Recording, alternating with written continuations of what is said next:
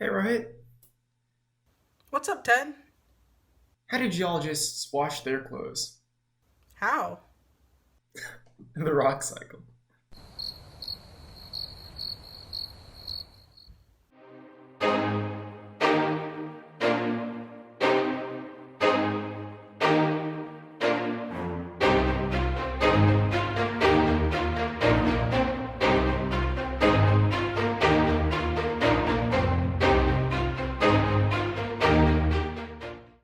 Welcome back, guys.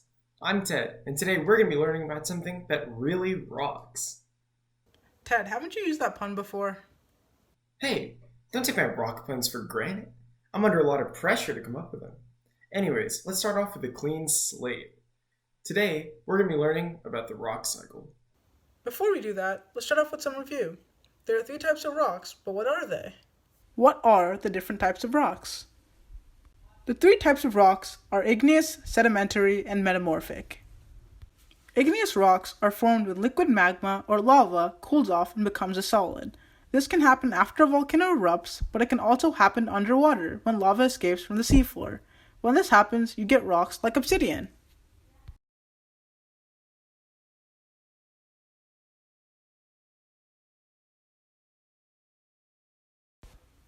Sedimentary rocks are formed when little bits and pieces of rock called sediments get squeezed together.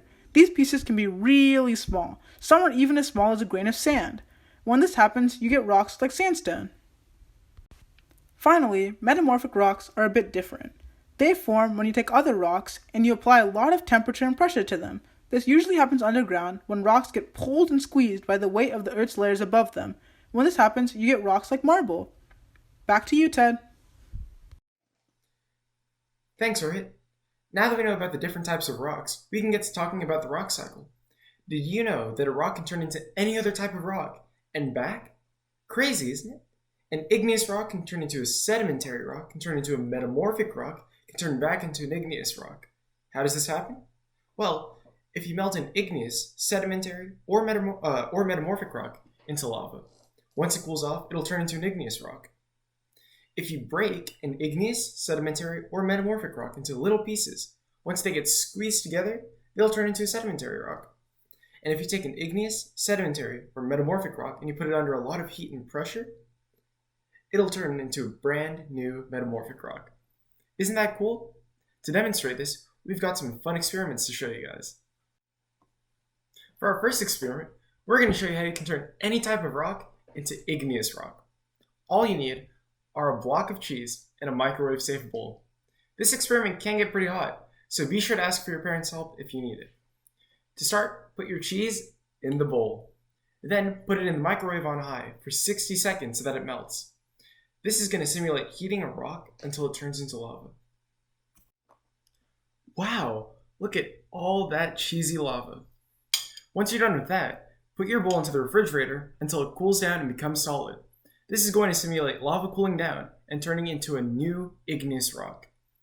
After it becomes solid, you can enjoy eating your cheesy igneous goodness. For this next experiment, we're going to simulate how sedimentary rock forms with crayons. I have two crayons here, a purple indigo one and a yellow orange one. I'm going to scrape these crayons with some scissors. This is going to simulate weathering, erosion, and deposition. As always, this can be very dangerous, so make sure to only conduct this experiment under parental supervision.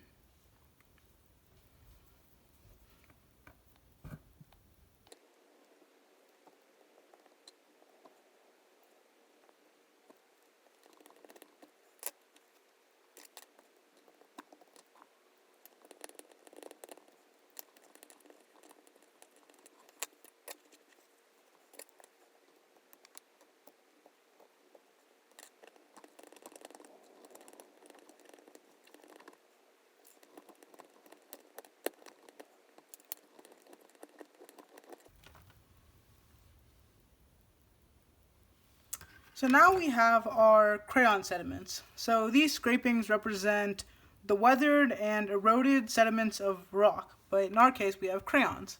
So now I'm going to simulate the pressure by pushing the crayon sediments together in the paper towel.